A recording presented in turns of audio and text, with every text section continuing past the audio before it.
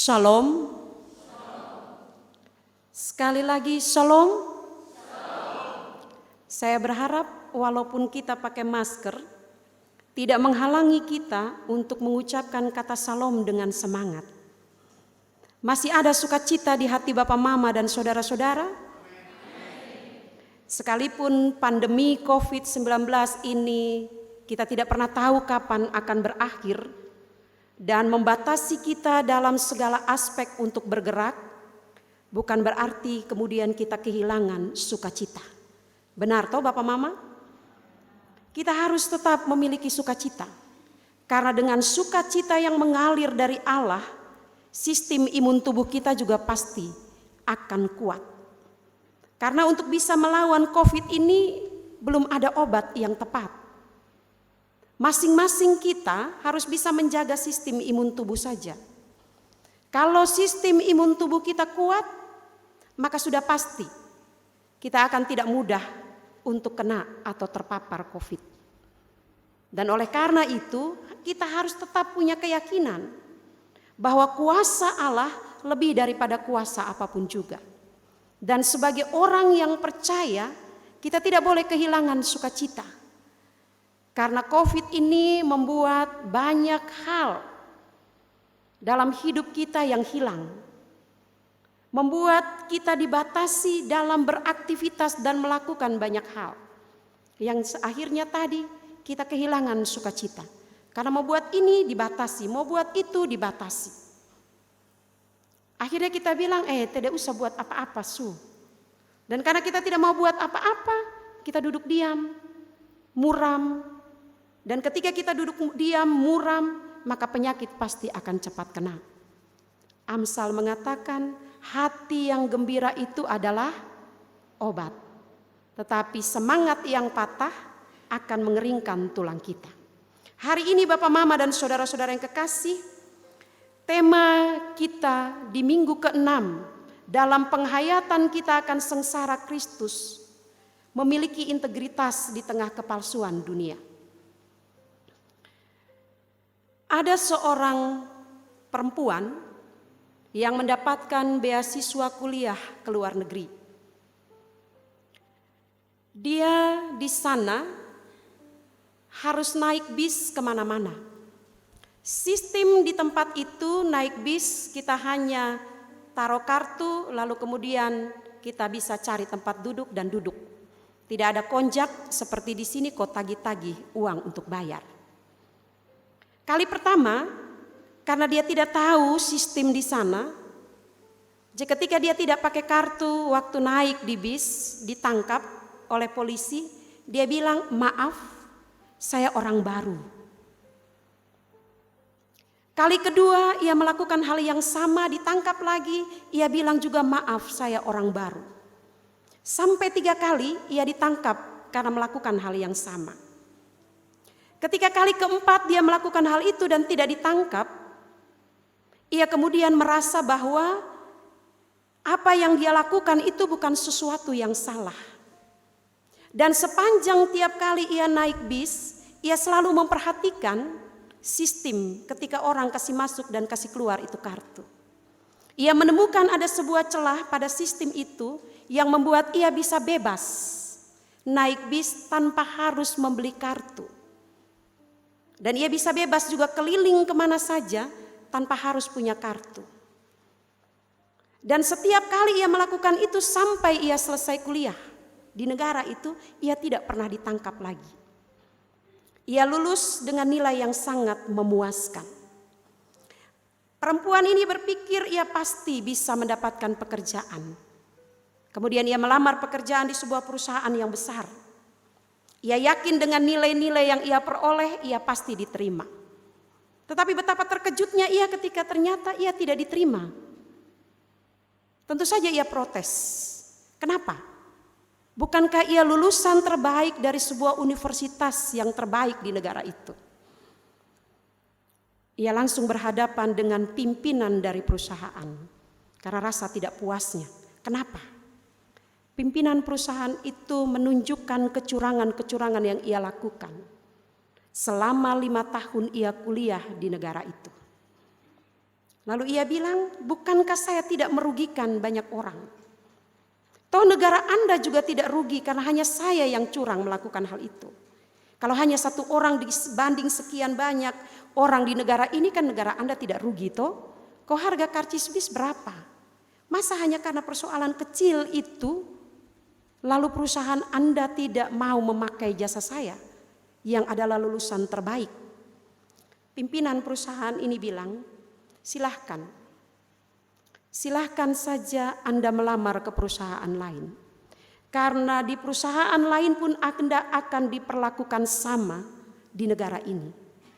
Karena bagi kami, nilai-nilai di atas kertas itu tidak terlalu penting. Yang paling penting adalah attitude Anda, perilaku Anda. Anda berpikir apa yang Anda lakukan itu tidak merugikan negara ini, tidak merugikan orang lain. Tetapi sesungguhnya Anda sedang memupuk sebuah perilaku yang merugikan diri Anda sendiri. Perempuan ini merasa malu karena ternyata ia berpikir apa yang ia lakukan selama ini tidak ada diketahui oleh siapapun juga. Tetapi ternyata sistem di atas bis itu sudah merekam setiap apa pelanggaran-pelanggaran yang dilakukan oleh masyarakat. Mereka hanya memberi sanksi 3 kali saja. Setelah itu mereka membiarkan. Tapi ketika Anda menuntut hak-hak Anda, maka pelanggaran-pelanggaran itu akan dibuka. Sehingga Anda tidak bisa mendapatkan hak-hak Anda selama Anda ada di negara itu. Bapak, Mama, dan saudara-saudara yang kekasih, sekolah-sekolah kita di Indonesia, dari PAUD, TK, sudah dipaksa anak-anak kita untuk baca, tulis, dan hitung. Yang biasa disingkat calistung. Ada orang tua yang stres kalau anaknya tidak bisa calistung. Sehingga panggil guru les privat supaya anak bisa membaca, tulis, dan berhitung. Apalagi standar masuk di sekolah SD kelas 1 harus sudah bisa baca, tulis, dan hitung. Guru-guru di kelas 1 tidak mau lagi mengajar anak-anak baca, tulis, dan hitung. Karena mereka bilang itu tugas guru-guru PAUD dan guru-guru TK. Tetapi di negara-negara luar, Bapak, Mama, dan saudara-saudara yang kekasih, anak-anak PAUD dan anak-anak TK lebih banyak diajar yang pertama untuk mengantri di toilet. Mereka diajar untuk sabar menanti. Mereka diajak untuk sabar menanti juga ketika bayar di kasir. Jadi mereka diajak ke supermarket, kemudian diajak untuk belajar mengantri secara tertib. Lebih banyak ketika di PAUD dan TK, mereka diajar untuk lebih pada menyangkut attitude daripada soal nilai. Kalau kita harus bisa baca, harus bisa tulis, harus bisa hitung. Kalau lu tidak dapat nilai bagus, maka lu tidak akan bisa dapat kerja apa-apa di Indonesia ini. Sulit. Harus punya nilai yang bagus. Orang sudah mulai mengenyampingkan nilai-nilai kehidupan dan perilaku. Sehingga berbuat curang, tipu menipu, ada kolusi, nepotisme. Itu bukan lagi sesuatu yang luar biasa. Tapi sudah dipandang sebagai sesuatu yang biasa-biasa saja. Karena sudah menjadi kebiasaan, sudah menjadi tradisi yang diwariskan dari generasi ke generasi. Kita sudah mulai kehilangan nilai-nilai yang disebut dengan integritas. Karena Bapak, Mama, dan saudara-saudara yang kekasih, berbicara soal integritas itu kan berarti berbicara soal memiliki pribadi yang jujur. Punya prinsip yang kuat. Punya prinsip yang teguh untuk tidak sekedar ikut-ikutan. Orang kuliah di sini, ketong semua rame-rame ikut kuliah. Tanpa berpikir, nanti saya selesai kuliah di bidang ini, saya mau jadi apa? Saya mau buat apa? Tapi yang pasti karena saya pun pacar, karena saya pun teman baik, karena saya pun kawan ini, karena saya pun ini kuliah di situ, maka saya juga harus kuliah di situ. Atau karena gengsi orang tua. Karena orang tua bilang, kalau lu tidak kuliah di situ, maka lu pun Bapak, Mama pun gengsi nanti jatuh. Lu harus angkat Bapak, Mama pun harkat, jadi lu kuliah di situ. Tanpa memahami selesai kuliah mau buat apa. Tidak tahu. Karena berpikir kuliah akan bisa menaikkan derajat. Tanpa berpikir kalau kuliah nanti ilmu yang saya dapat itu untuk apa? Mau saya manfaatkan seperti apa? Apakah untuk mendatangkan kebaikan bagi semua orang? Ataukah untuk menyombongkan diri? Lihat beta nih susarjana. Jadi pada saat pesta wisuda, mulai air kata-kata dituangkan di situ, mulai sudah miring-miring kiri kanan, mulai bilang beta susarjana karena beta susarjana Bapak jangan lagi. Mulai kita kehilangan nilai-nilai yang sesungguhnya harus kita miliki dalam hidup. Dan itulah yang disebut tadi integritas. Tidak hanya sekedar omong, tapi juga kerja. Jangan sampai juga omong lain buat lain. Omong A lalu kerja B. Nah itu orang yang tidak punya integritas. Orang yang tidak punya kepribadian yang kuat. Kan dia tidak tahu, pelin-pelan. Seperti angin tiup kemana dia ikut. Hidup sesuai dengan arah angin. Sehingga tidak punya pegangan, tidak punya prinsip dasar hidup yang kuat. Bapak, mama dan saudara-saudara yang kekasih, apalagi kalau perasaan lebih banyak bermain. Bukan lagi akal sehat yang kita pakai ketika kita memutuskan sesuatu dalam hidup ini. Perasaan benci, perasaan iri, perasaan marah, perasaan kecewa, perasaan frustasi. Ketika kita memakai perasaan-perasaan itu untuk mengambil sebuah keputusan dalam hidup, maka keputusan-keputusan yang kita buat Bapak, Mama dan saudara-saudara yang kekasih akan menghilangkan nilai-nilai yang sesungguhnya dalam kehidupan ini. Bapak, Mama dan saudara-saudara yang kekasih, untuk segala sesuatu dalam hidup ini bisa diukur. Sehingga orang menciptakan berbagai macam alat untuk mengukurnya. Ada timbangan untuk ukur alat berat badan kita. Dengan naik timbangan kita bisa tahu berat kita 50 kah, 60 kah, 40 dan seterusnya. Ada alat yang bisa mengukur tensi darah kita. Tekanan darah tinggi kah atau darah kita rendah atau darah kita normal. Tapi untuk mengukur iman, adakah pernah ditemukan alat untuk mengukur iman? Tidak ada kan Bapak Mama? Tidak ada orang yang menemukan alat untuk mengukur iman. Lalu dari mana? Dari mana kita bisa mengukur iman seseorang? Dari mana kita bisa tahu orang tersebut beriman atau tidak dalam hidupnya? Seringkali kita bilang, lu pung iman lemah. Makanya lu pung doa tidak terjawab oleh Tuhan. Lu pung iman lemah, makanya lu jatuh dalam pencobaan. Apakah memang itu alat ukur orang beriman atau tidak ketika dia jatuh dalam pencobaan, ketika dia tidak punya prinsip, ketika dia melakukan ini dan itu, apakah itu alat ukur seseorang itu beriman atau tidak? Bapak, Mama dan saudara-saudara yang kekasih, belum tentu orang yang rajin ke gereja, orang yang hafal isi Alkitab dari Kejadian sampai Wahyu bisa disebut sebagai orang yang beriman. Sebagai pengikut Kristus yang setia. Sebagai orang Kristen yang sejati. Belum tentu. Karena kadang-kadang statusnya rohani, atau di medsos selalu saja memposting hal-hal yang berbau rohani. Kalau ada orang yang punya masalah di medsos, selalu bisa memberi solusi dengan jawaban-jawaban yang rohani. Tapi perilaku setiap hari belum tentu seperti itu. Kan ada banyak yang begitu. Ketika bertemu, ternyata dia tuh seperti ini, beta baru tahu. Ternyata dia tuh begitu, beta baru tahu. Ada penyesalan, padahal di status atau ketika kita berkata-kata, nasihat-nasihatnya begitu sangat membangun. Tapi kenyataan, apa yang dia omong berbanding terbalik dengan apa yang dia buat. Sama seperti orang-orang Farisi, ahli-ahli Taurat, dan imam-imam kepala yang hidup pada masa Yesus. Mereka begitu hafal. Mereka setiap hari hidup hanya menafsirkan isi Alkitab.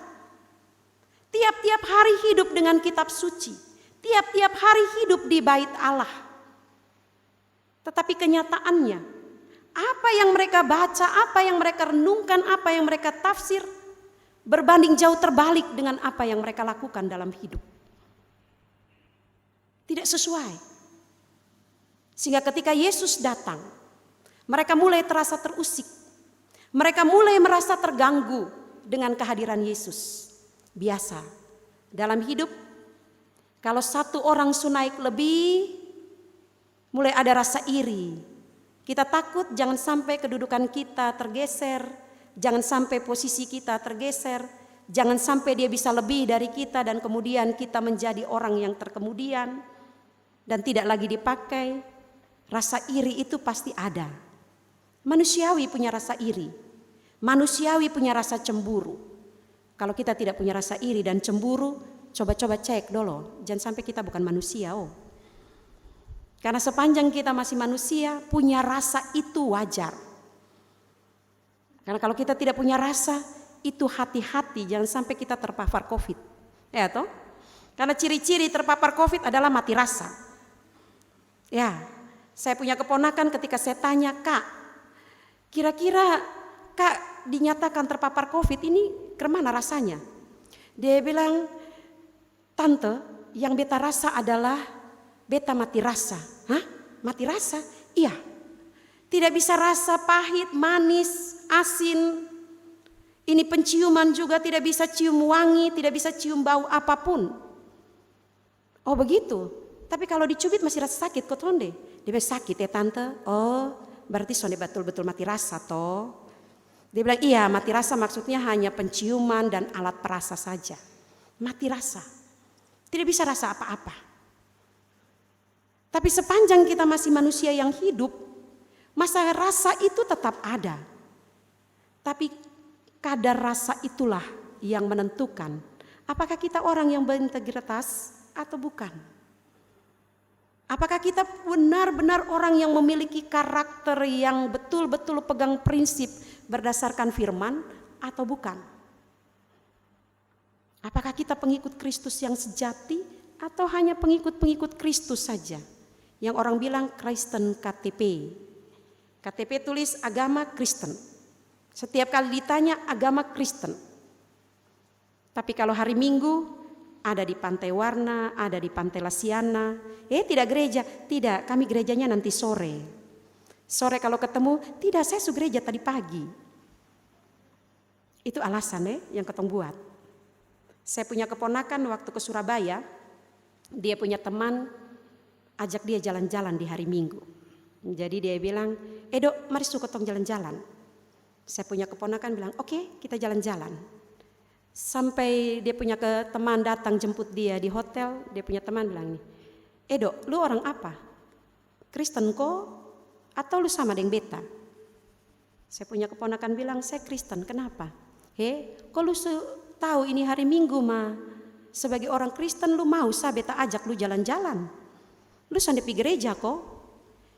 Saya keponakan malu, tapi untuk berkelit dia bilang, sebenarnya tadi beta mau bilang sama lu, kita jalan-jalan cari gereja supaya beta bisa pergi gereja.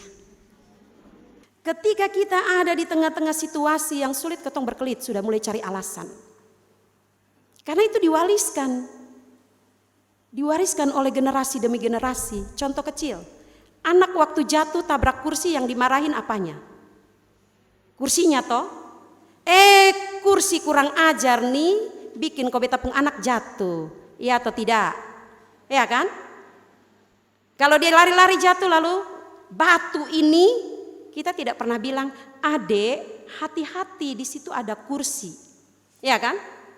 Kita selalu mengajarkan kursi yang salah, batu yang salah. Sehingga akhirnya ketika kita dewasa, kita tumbuh menjadi orang yang juga tanpa integritas. Biasa berkelit, biasa menyalahkan orang lain, cari cara untuk menghancurkan orang lain. Supaya kita jangan kena imbas dari kesalahan itu. Ketika para ahli-ahli Taurat, imam-imam besar, dan orang-orang Farisi merasa terusik. merasa terganggu dengan kehadiran Yesus, pengajaran Yesus yang begitu luar biasa dan berwibawa, dan kena langsung ke jantung. Kasih pisah ini tulang sumsum dong dari sumsum, kasih pisah ini kulit dari daging. Hanya orang yang tidak punya rasa yang betul-betul tidak memahami apa yang Yesus ajarkan. Dan bagaimana Yesus membuat mukjizat sehingga ada begitu banyak orang yang mengikuti Yesus. Mereka mulai cari cara. Bagaimana caranya untuk menyingkirkan Yesus tanpa membuat kegaduhan, tanpa membuat orang bisa pro pada Yesus. Ketika para ahli-ahli Taurat, imam-imam kepala dan orang-orang Farisi berusaha untuk menghancurkan Yesus, mereka juga pikir kalau salah maka mereka yang akan hancur. Karena pengikut Yesus banyak, bukan hanya 12 orang. Pengikut Yesus, sekali saja Yesus buat mukjizat, ribuan orang yang merasakannya. Ratusan orang yang menikmati. Sehingga cukup dengan satu kata saja atau satu kalimat saja, Yesus bisa menggerakkan banyak orang untuk keluar dari kesulitan itu. Tetapi Bapak, Mama dan saudara-saudara yang kekasih, pengadilan yang dibuat oleh Mahkamah Agama, di sini ditunjukkan dalam kisah ini, Yesus berdiam diri. Yesus tidak mengambil sikap apapun ketika para ahli Taurat, imam-imam kepala, orang-orang Farisi, mereka semua dengan lantang menyuarakan dusta untuk bisa menjebak Yesus dan membuat Yesus harus mati. Yesus diam. Yesus tidak menunjukkan reaksi yang berlebihan. Berbanding terbalik dengan kita. Ketika ada orang yang coba-coba usik kita, senggol kita, ganggu kita, nah kita pun emosi ini tingkat tinggi. Biasa ada tulisan-tulisan di Otobemo, di Ototrek bilang senggol bacok. Ya toh, ini Kupang Bu, keras. Batu Karang jadi keras-keras semua. Jadi kalau melakukan kekerasan itu hal yang wajar Bu, ini Kupang nak. Kalau tidak mau jangan tinggal di Kupang Bu. Padahal slogan Kupang kota kasih, tapi kasihnya nanti dulu. Keluar gereja bas senggol sedikit, lu pun biji mata di mana? Sudah lihat kok. Ini pintu begini besar nih. Nah iya kan? Kotong su tersinggung bodoh-bodoh, salah-salah. Orang ngebut di ketong pung samping, kotong juga gas. Apalagi kalau orang pung motor revo nah. Ya toh? Orang pung motor revo nah, ketong pung motor Suprafit mulai ketong Kadang suami saya begitu. Kami kalau pulang dari Kupang naik bonat, ada orang mulai gas-gas, dia juga gas-gas mulai ngeng. Saya bilang, Kak ingat yang di belakang bukan kayu. Bawa motor pelan-pelan. Bab tuh bilang, lu percaya sanona. Beta puluhan tahun bawa motor, beta percaya papa puluhan tahun bawa motor. Ma, kalau Tuhan son sayang ketong, Tuhan kasih tolak ketong ke mana? Ya toh? Kadang-kadang ketong sendiri yang suka cari masalah nah, karena emosi. Karena ketong pakai perasaan. Imam-imam kepala, ahli-ahli Taurat karena merasa terganggu, mulai cari-cari cara untuk bisa menghancurkan Yesus. Mulai mereka buat kesaksian-kesaksian palsu. Tetapi semua kesaksian itu tidak ada terbukti satupun juga. Ini membuktikan kepada kita Bapak, Mama dan saudara-saudara yang kekasih, harus tetap teguh kuat pegang prinsip kalau kita benar. Jangan kalau salah, tetap kekeh bilang salah, bilang benar. Tidak, saya benar, saya benar. Kita tidak mau mengakui salah.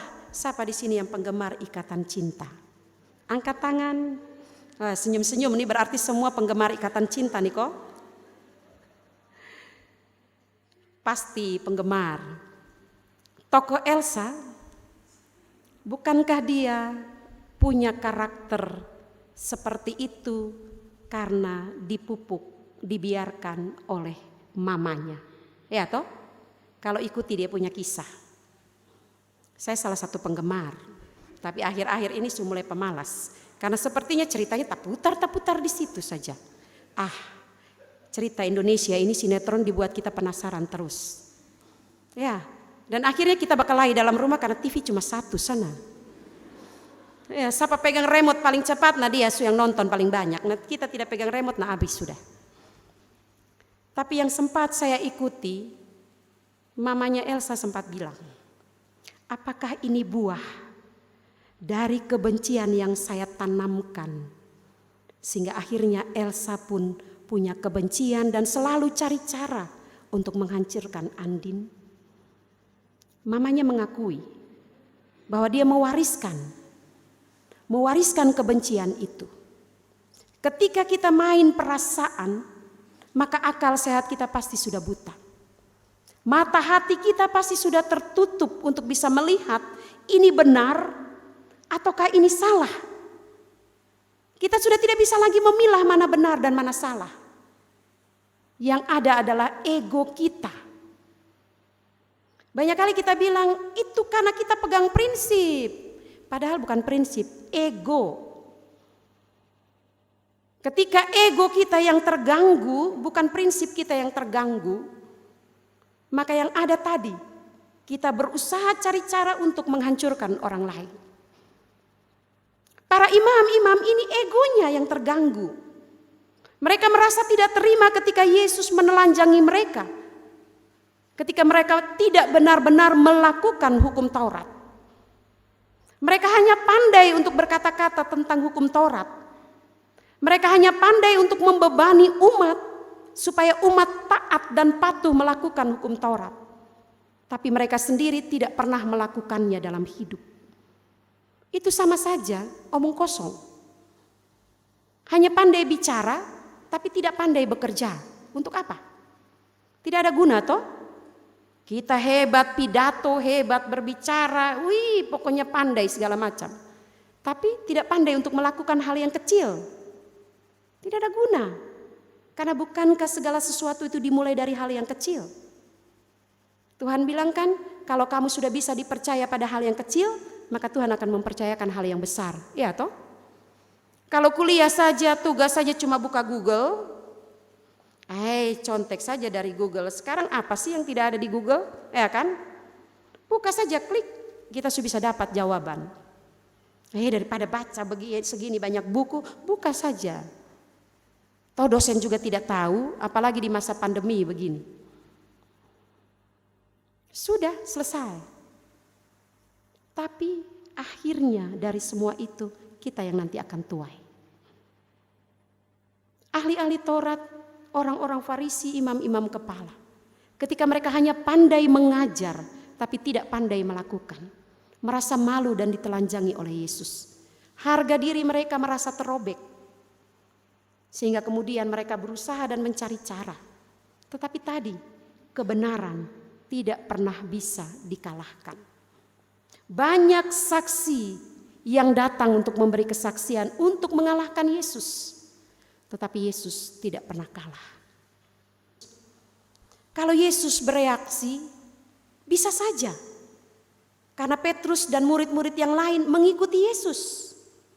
Orang banyak yang pro pada Yesus sedang mengikuti dan menyaksikan juga. Kalau Yesus bereaksi, bisa. Yesus bisa lolos dari hukuman itu. Tetapi itu artinya Yesus tidak mati di kayu salib.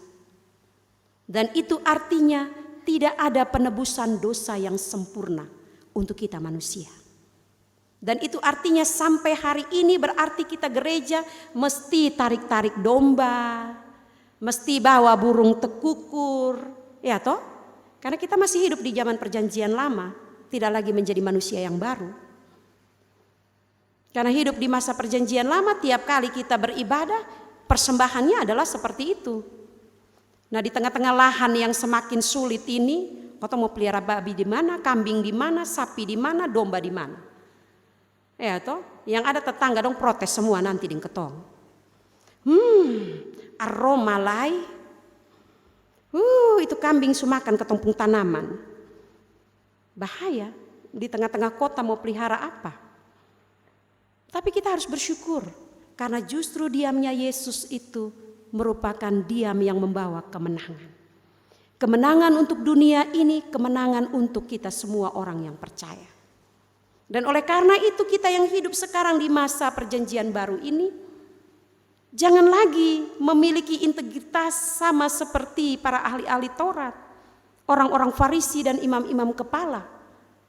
Kita masih tetap mempertahankan ego kita, selalu berkata yang tidak benar, selalu berbuat curang, melakukan banyak hal yang mendatangkan keuntungan untuk diri sendiri, mengabaikan fakta bahwa orang lain Tuhan hadirkan itu untuk bersama-sama dengan kita bertumbuh, untuk bersama-sama kita menyaksikan kemurahan dan kasih Tuhan. Tapi karena ego kita abaikan mereka.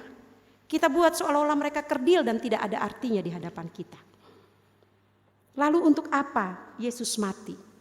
Lalu untuk apa setiap kali kita memperingati kematian dan kesengsaraannya? Kalau tidak ada perubahan dalam hidup kita.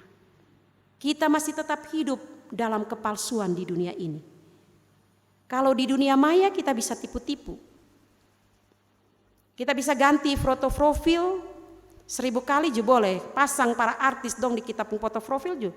Siapa yang tahu? Iya toh? Dulu saya pun adik Nona kenalan dengan satu nyong yang mengaku polisi di Medan.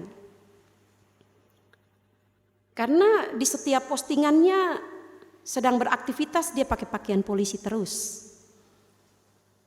Jadi waktu dia bilang kirim uang, saya bilang sabar dulu adik Nona. Tunggu saya cek dulu. Karena kebetulan ada seorang teman di Medan, pendeta di sana, saya telepon.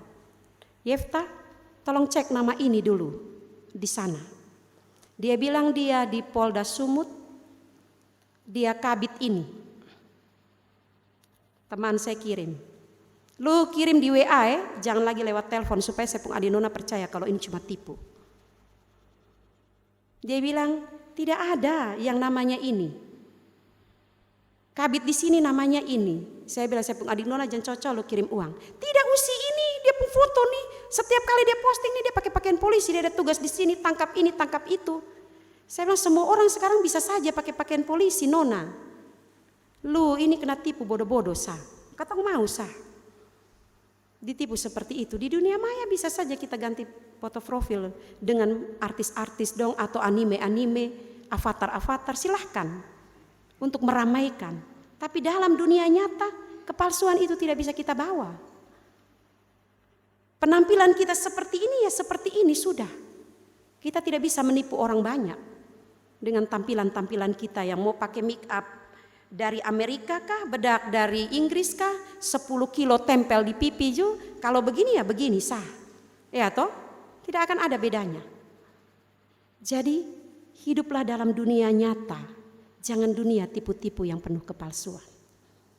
Karena pada akhirnya Bapak Mama dan saudara-saudara yang kekasih, untuk setiap kita akan dimintai pertanggungjawaban. Tidak ada seorang pun yang bisa mengukur seberapa berat kadar iman kita. Tapi Tuhan tahu. Dan iman itu dibuktikan dalam kehidupan tiap-tiap waktu. Ketika kita berinteraksi dengan sesama kita, ketika kita berinteraksi dengan lingkungan kita, ketika kita tetap teguh dalam kebenaran dan pegang prinsip, saya anak Tuhan. Dan karena saya milik Tuhan, maka saya tidak mau buat ini buat itu yang menyakiti hati Tuhan dan menyakiti hati sesama. Supaya Kristus tidak datang lagi untuk menyalibkan dirinya bagi kita. Tapi ia datang kembali hanya sebagai hakim yang adil. Siapkah kita untuk berdiri di hadapan pengadilan Allah?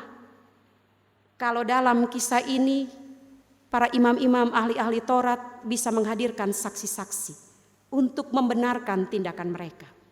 Tetapi nanti kita di hadapan Yesus, di hadapan Allah Bapa, tidak bisa membawa saksi untuk membenarkan perbuatan kita. Apa yang sudah kita baca dan renungkan dari firman ini, yang kita lakukan dari hidup yang singkat, yang Tuhan percayakan pada kita. Biarlah masing-masing kita memahami dan menyadari, dan senantiasa meminta Roh Kudus untuk bekerja. Supaya benar-benar kita hidup sebagai manusia yang memiliki integritas, di tengah-tengah dunia yang semakin krisis dan kehilangan karena banyak orang yang sudah tidak lagi percaya dan menjadikan Allah itu sebagai Tuhan dalam hidup mereka. Tuhan memberkati kita semua. Amin.